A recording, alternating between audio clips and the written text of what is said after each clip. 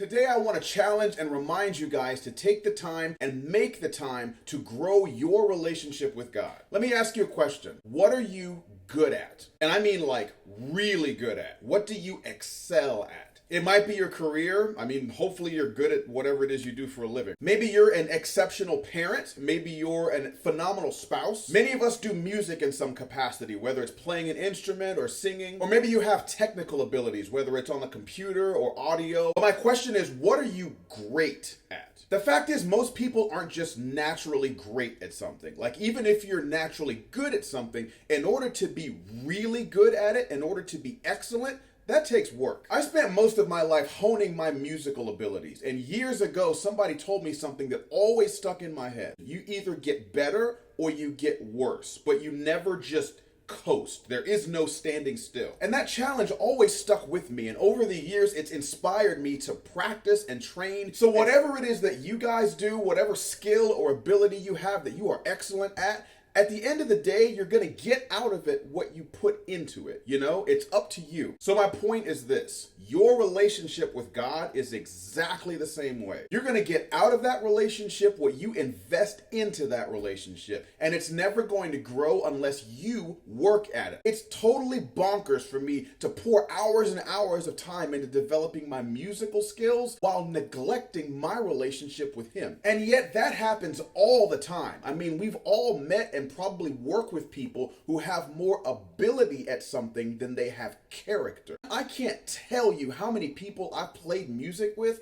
who had more talent than they had honor or integrity or maturity. Heck, if it wasn't for Christ in my life, I'd probably be one of those people. But we do that all the time, guys. It's so easy for us to pour ourselves into developing our skills and our abilities and to neglect and ignore our souls. So hey, if you don't remember anything else from this video, hear this.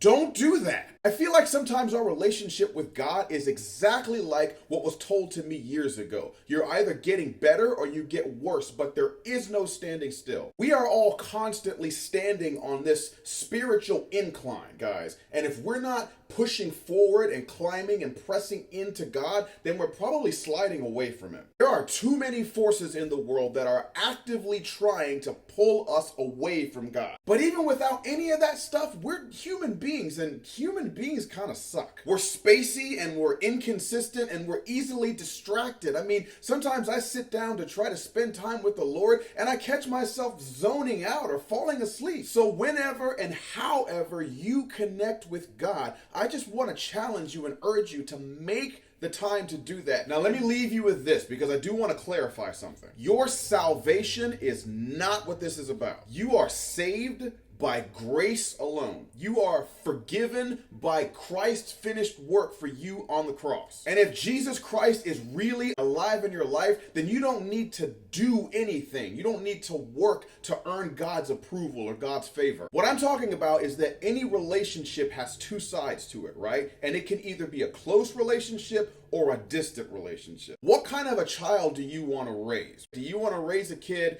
that grows up, goes off on their own, and then they never talk to you except like on Easter and Christmas? Or do you want to have a kid who is talking to you and calling and texting and just sharing their life with you a couple times a week, or maybe even every day? Or let's take it up a notch. What kind of child are you? Have you called your mom lately? Do you talk to your parents fairly often, if you're still able to do that on this side of heaven? What kind of child do you want to raise, and what kind of child do you want to be? Guys, it's exactly the same with our relationship with God. We are His children. He is your Father, and you're going to get out of that relationship what you invest into that relationship. Find a way, make the time to feed your relationship with God. Exercise those spiritual muscles. We live on a spiritual incline, and if we are not constantly trying to push onward and upward, then we might be sliding away. So when was the last time that you really talked to your Heavenly Father? If it's been a while, why not right now?